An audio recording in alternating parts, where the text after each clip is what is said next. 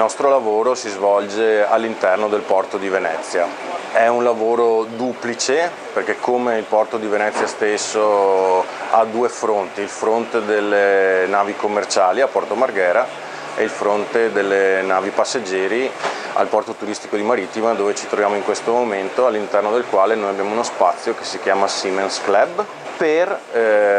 dare servizi di assistenza ai marinai. Cosa significa assistenza ai marittimi? Che in sostanza hanno bisogno di 2 o 3 cose che si ripropongono sia a Marghera sia a Venezia, qui al porto turistico, cioè in sostanza prima di tutto di comunicare,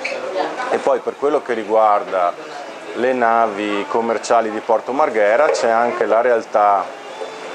dell'isolamento, diciamo, per cui un marinaio che arriva su una nave a Marghera, magari a Fusina, visto che qui arrivano navi alla centrale dell'Enel di Fusina, o a qualcuno come noi che dà loro una mano per scendere a terra e vivere la città per quel poco tempo che ha a disposizione, oppure probabilmente starà a bordo, il che significa, e questo è il risvolto legato all'isolamento e anche purtroppo a volte all'alienazione, il che significa fare una vita che più o meno i marittimi stessi paragonano a quello che fa un carcerato. Poi il loro orario di lavoro ha una scansione estremamente difficile da gestire, perché parliamo di persone che in genere lavorano per 3 turni entro le 24 ore, cioè lavorano 6-7 ore, poi fanno uno stop di 3-4 ore, poi ne lavorano altre 6-7, poi fanno 2-3 ore di stop e così via, sempre, ogni giorno, per 30 giorni su 30, per 6 mesi su 6, a volte anche 7 su 7, senza giorni di pausa. È chiaro che il tuo ritmo di vita fa sì che in quelle poche ore libere che hai devi riuscire a riposare e fare quelle cose che ti permettono di stare bene con te stesso rispetto alla scelta di vita che hai fatto, che sono chiamare a casa per sentirli, avere un po' di respiro fuori dalla nave. Questa è una caratteristica che è difficilissimo far da capire anche agli addetti ai lavori, purtroppo, cioè non si capisce il fatto che una persona che lavora in un posto ha bisogno di uscire da quel posto, mentre invece qui si parte dal presupposto che siccome i marinai vivono nella nave,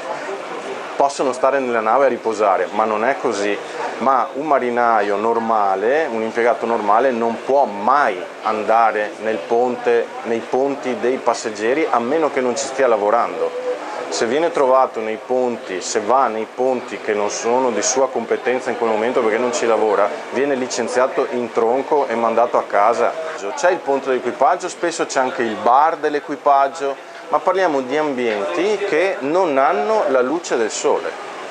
perché i membri dell'equipaggio, parlo sempre del solito 90% un po' più basso, vivono sotto la linea di galleggiamento, quindi morale il marittimo ha bisogno di comunicare, di vivere un minimo fuori dalla nave, un posto dove si può riposare e possibilmente trovare anche quelle cose, questo è il significato del nostro piccolo supermercatino,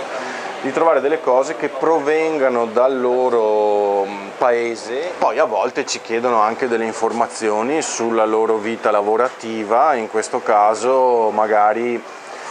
facciamo noi da tramite con il sindacato in modo tale che il marinaio o la marinaia in questione abbiano delle informazioni precise, corrette, perché spesso parliamo anche di gente che non ha veramente nessun tipo di preparazione dal punto di vista dei diritti del lavoro, di quello che è giusto o non è giusto, che gli venga chiesto e venga loro chiesto. Il fatto di avere uno spazio dedicato a te, dentro in porto, quindi vicino alla nave, ma fuori dalla nave, fa sì che loro preferiscano venire da noi e vi assicuro che il Siemens Club non è certo lussuoso come una nave da crociera, insomma. Fanno una vita talmente difficile